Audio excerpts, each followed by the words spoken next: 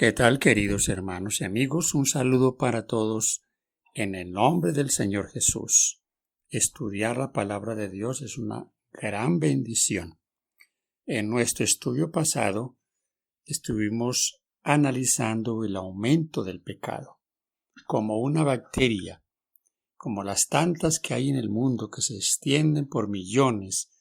En poco tiempo, el pecado se fue extendiendo hasta cubrir nuestra tierra.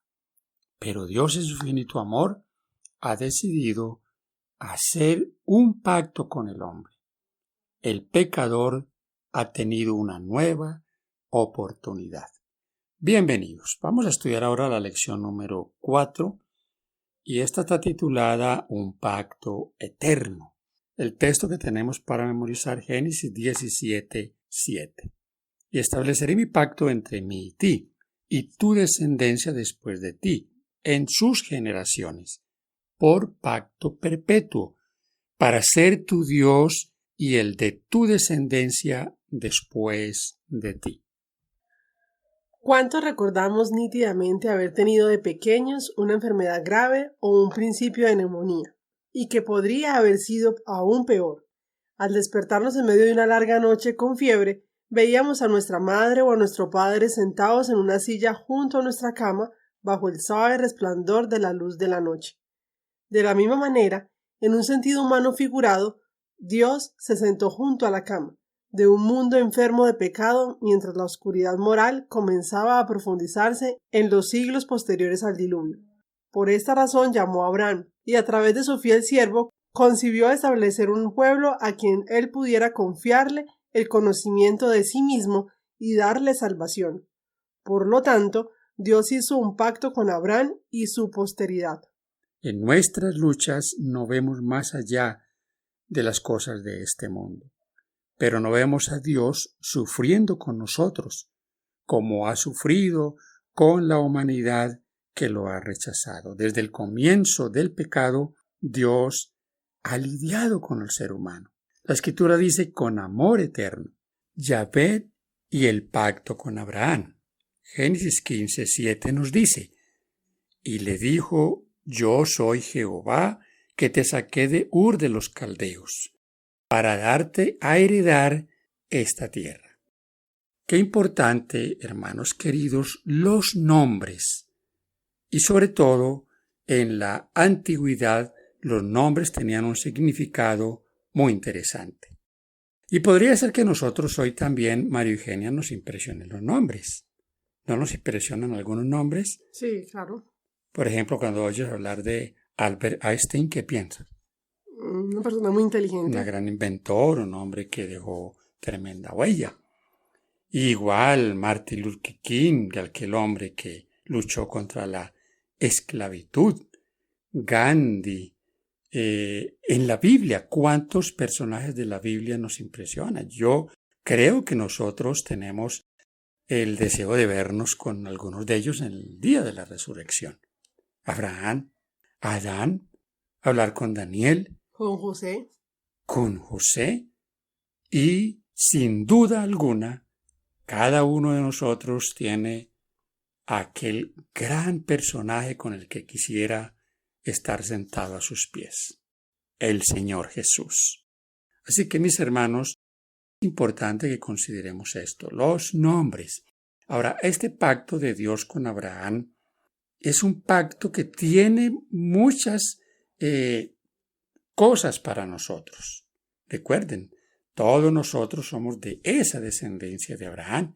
Dios le prometió una gran nación y esa gran nación lleva el legado de Abraham.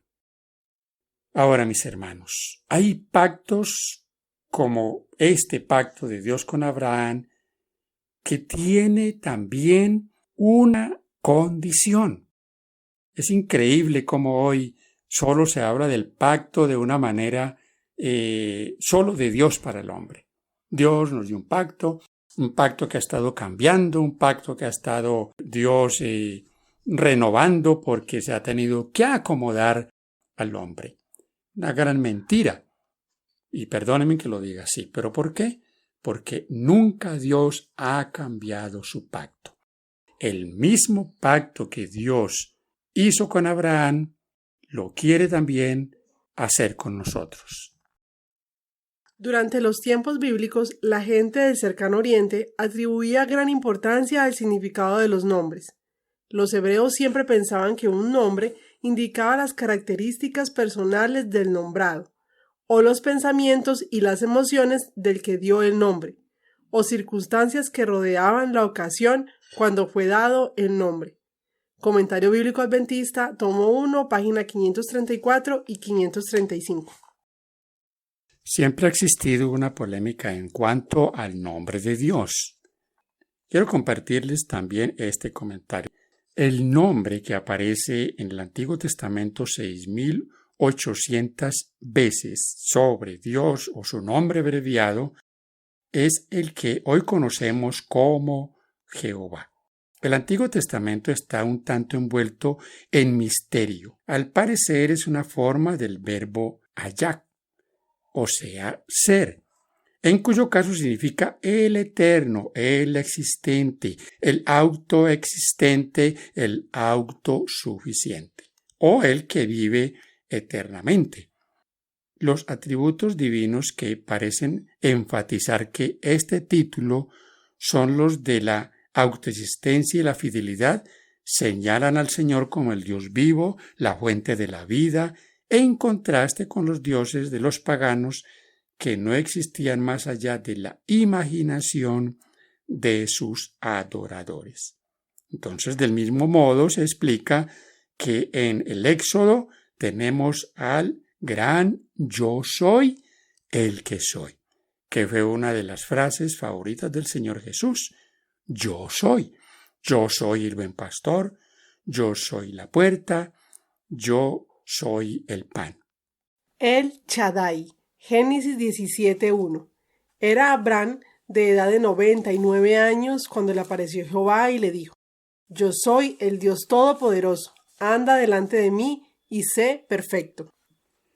Esta es una expresión que algunos la toman de una manera irreverente para referirse al Señor. El Shaddai. El Shaddai es el Dios que sustenta, es el Dios que como padre da a sus hijos todo lo necesario. Es como la madre que amamanta a sus hijos. Eso es Dios. Yo les he compartido a ustedes mi concepto de la gracia del Señor. La gracia del Señor es una gracia que se extiende para todo ser humano, solo que tiene dos significados. La gracia salvadora del Señor para todos aquellos que le aceptan y aceptan su pacto, y también la gracia común para todos los seres humanos. Sobre todos los seres humanos sale el sol, el aire para que se respire, tiene las bendiciones de los alimentos, la tierra produce para todos. ¿Qué es entonces lo que nosotros debemos tener en cuenta? Que en esta expresión también se está demostrando que el poder de Dios se contrasta con la fragilidad del ser humano. Terminemos de leer esta parte de Génesis 17, versículos 2 al 6. Yo haré un pacto contigo y te multiplicaré en gran manera. Entonces Abraham se postró sobre su rostro y Dios habló con él diciendo: Este es mi pacto contigo. Serás padre de muchedumbre de gentes. No te llamarás más Abraham, sino que tu nombre será Abraham, porque te he puesto por padre de muchedumbres de gente.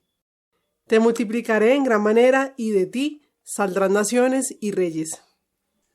Me parece que esta transliteración del texto o tomarlo de otra manera o leerlo de una manera literal sería así. Jehová se apareció a Abraham y le dijo: Yo soy el Shaddai. Anda delante de mí, sé perfecto, y haré mi pacto entre tú y yo, y te multiplicaré en gran manera. Serás padre de una multitud de naciones, y te haré fructífero en gran manera. Una promesa similar de El Shaddai se encuentra en Génesis 35:11, 43:14 y 49:25. Pasajes que sugieren la prodigalidad de Dios.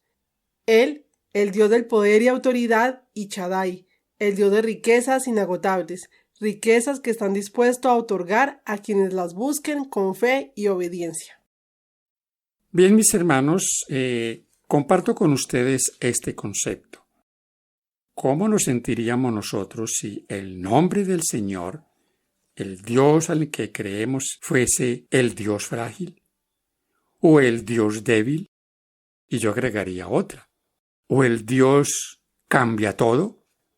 Sería para nosotros un poco, yo diría, desconfiado. No confiamos en aquel que no tiene un carácter equilibrado.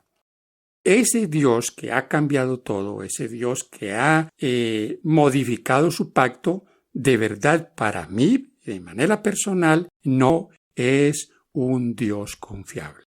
Por eso yo aquí me alegro mucho de ver a este Dios que nunca ha cambiado y que sus promesas, como lo acaba de leer María Eugenia, del Génesis al Apocalipsis, son las mismas.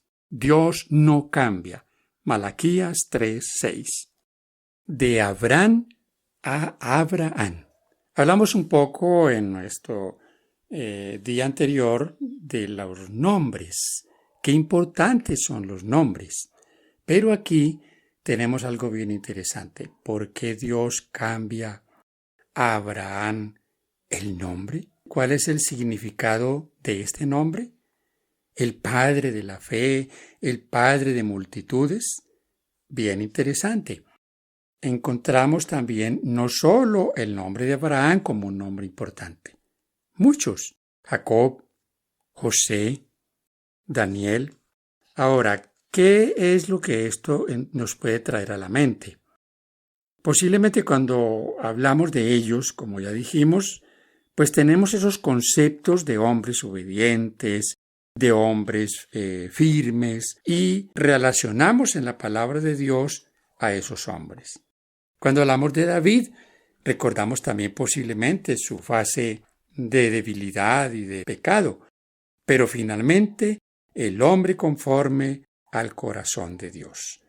Todos ellos son hombres que llevaron un legado y su nombre dejó una historia tras de sí. Siempre hemos querido llegar a ser como ellos, un misionero como Pablo, el gran apóstol Pablo. ¿Cómo desearíamos nosotros ser así? Etapas del pacto. Génesis 12, 1 y 2. Jehová había dicho a Abraham: Vete de tu tierra y de tu parentela y de la casa de tu padre a la tierra que te mostraré. Haré de ti una nación grande. Te bendeciré, engrandeceré tu nombre y serás bendición. En esos dos versículos se revela la primera etapa de la promesa del pacto de Dios a Abraham. Hay tres. Dios se acercó a Abraham, le dio una orden y luego le hizo una promesa.